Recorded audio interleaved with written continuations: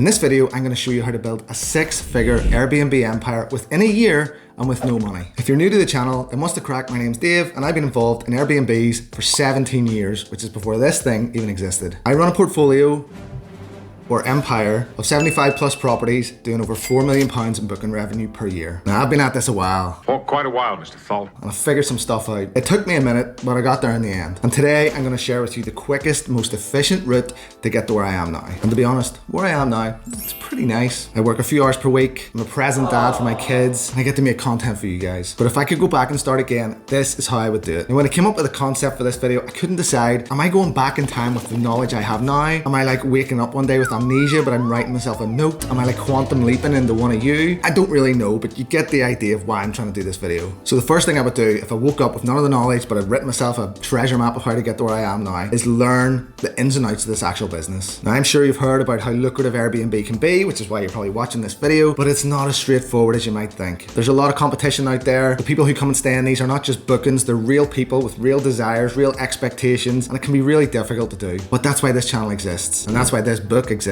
So I will be spending every minute that I'm awake delving in, trying to get those 10,000 hours of knowledge, become an expert in the topic before I've even got started. But at the same time, I'm not going to get stuck just trying to find out whenever I read all this, whenever I watch all these videos, then I'll get started. You have to be biased towards action because none of this good stuff is just going to fall in your lap. You've got to go out and get it. So at the same time, while I'm honing my skills and my experience and my knowledge with how to run an Airbnb business, I'm going to be getting myself out there networking, going to property or real estate networking events, building a network of people who have properties. Maybe they have property but no time to run them. Maybe they want to make money from Airbnb but they haven't spent all that time that you have learning how to actually do it. Once you start building a network and building relationships with people, now these are real relationships, you're not like trying to hoodwink people here, you're genuinely expressing a desire, you're talking to people, you say, look, I'm really keen to get started in this Airbnb thing, I know a lot about it, I know all I need is one property and I'm going to be able to get this to work. It's going to work. You're going to find someone who's similar values to you, who likes you, who trusts you, and is going to say, you know what, why don't we give it a go? You can manage my property for me, you can take a commission and they will take the rest. That is the #1 free way to start growing your Airbnb portfolio. Now, I've got a video on the ins and outs of this if you can click it later on in the channel, but this is a great way to start your Airbnb empire. So if you keep networking, keep documenting your journey, talking about what you want to do, sooner or later you're going to find a property owner who is willing to take a punt on you. It could take a few weeks, it could take a few months, but you will get options of properties. And what's so important in these early stages, particularly with this first property, is that you become very selective about which one you take on. I wouldn't just take any old crap. You need to be sure the property you take on first is going to be an absolute banger, because this one, these results from this property is what's going to determine how many more you can get in the future. If you've got a few quid, you can use a website like AirDNA to research the area in which this property's in, or you can just delve in deep because you've got all this time, you're in research mode, and you can look on the Airbnb platform yourself. You can find comparable properties, you can see how busy they are, you can see how in demand and how happy the guests are with them, and you'll know very well, very quickly, whether this property's a goer. Now, a standard commission for you as a host is probably around 20%. We charge 23%, but if this is your first property, you're going on a new venture with someone who doesn't really know you, thinks it's a good idea to trust you, it's probably a good idea to offer them a discount, maybe for the first 6 months, maybe 10% or even 15%. You just need that property so that you can show them what you can do. And once you've got that property secured, you've got the contract signed, it's gonna need to be improved before it's Airbnb ready. Now, the beauty of this management model is that running costs and refurb costs are the clients to bear, but it's gonna be up to you to look at the competition in the area and push that client, make sure they spend the money that they need to make their property way better. And there you have it. Within 3 months, you could have a property live on Airbnb,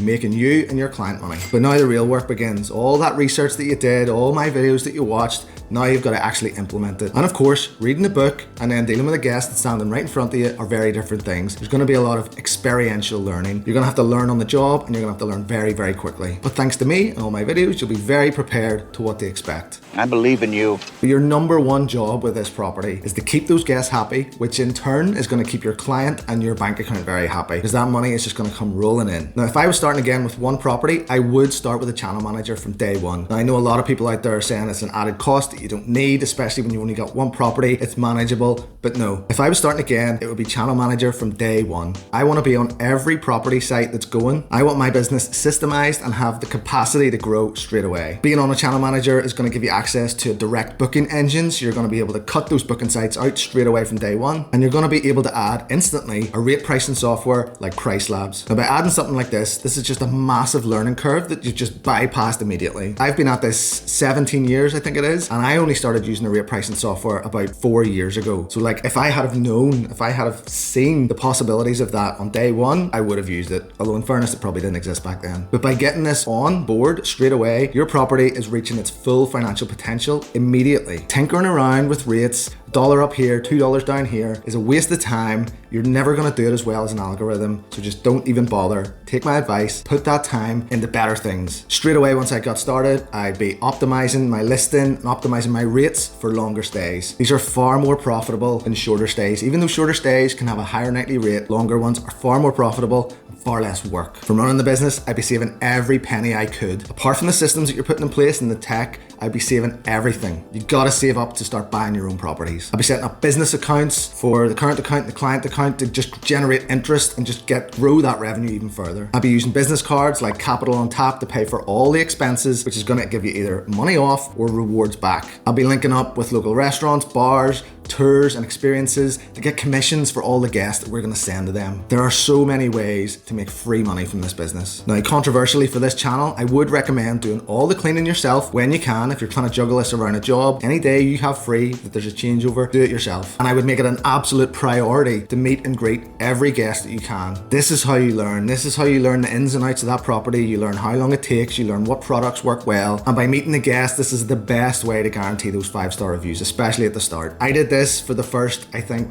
5 years of my journey, and like just the expertise you gain, the developing the rapport, the knowing what guests need, the knowing what cleaning, you get so good at everything. It's a massive learning curve. But I'd say probably about after 3 months or so, you're gonna have learned how to clean a property. So I then get some cleaners in, outsource the cleaning, and move to self-check-in for the guests. Now what you're gonna do is use the results that you've generated from that first property to get your second. Even if you haven't been going a full year, if you've just been going a quarter or 6 months, those are real numbers that you're gonna be able to show to a new client.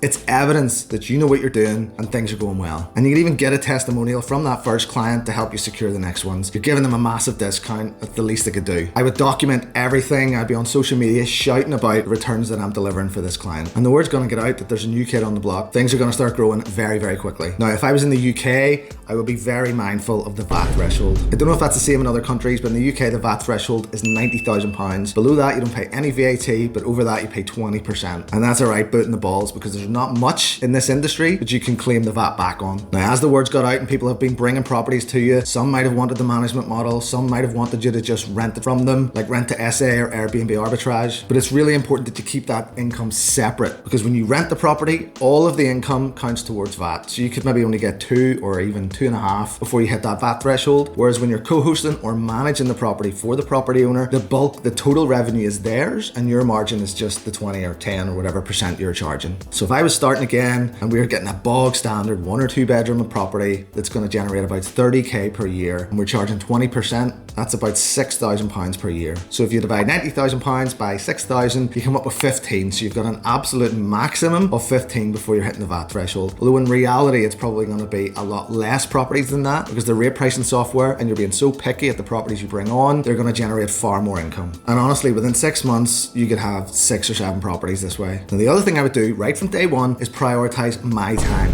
This is a business we're running. This is not a job. It's not all about money. I don't care about this whole hustle culture where you've just got to work 26 hours a day. That's not what life is about. You're building this business so that you can do whatever you want. There's no point having tons of money in the bank if you've no time to spend it. So once I got to about 3 properties, I would start to leverage out the guest communication. I would find a VA on a site like People Per Hour or Upwork, and being forced to document everything so that you can train this VA is going to be really useful for you to systemize and make efficiencies. And it's going to highlight any issues or any gaps in your current ad hoc procedures. Because when you're paying someone per hour, you're going to get damn good at stopping wastage. And by freeing up your time of working in the business with all these manual, medial tasks, functional tasks that other people could do, it frees you up to work on the business, to grow it, to strategize, and really to just work on the things that only you can do as the business owner. Now, it's not only about 5-star reviews on Airbnb or 10 out of 10s on booking.com. I'll be pushing Google reviews hard, TripAdvisor reviews hard. I want to be number one in my area. Number one, number one, number one, number one.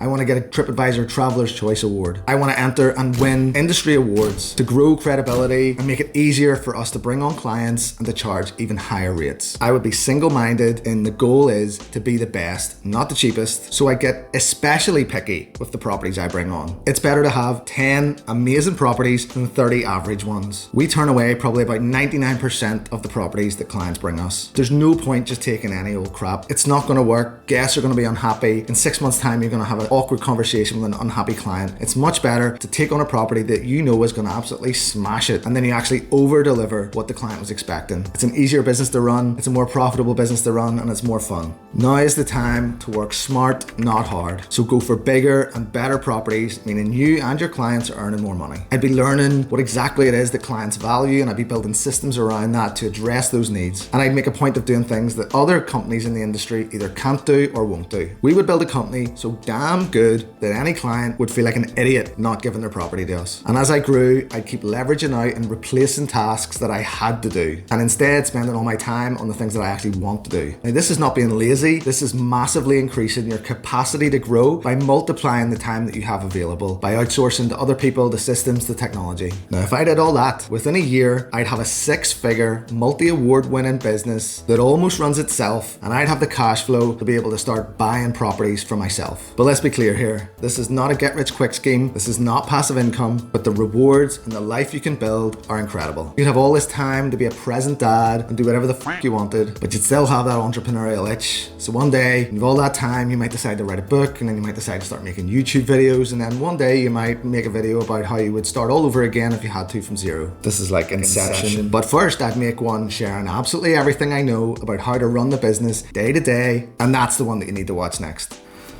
Phew.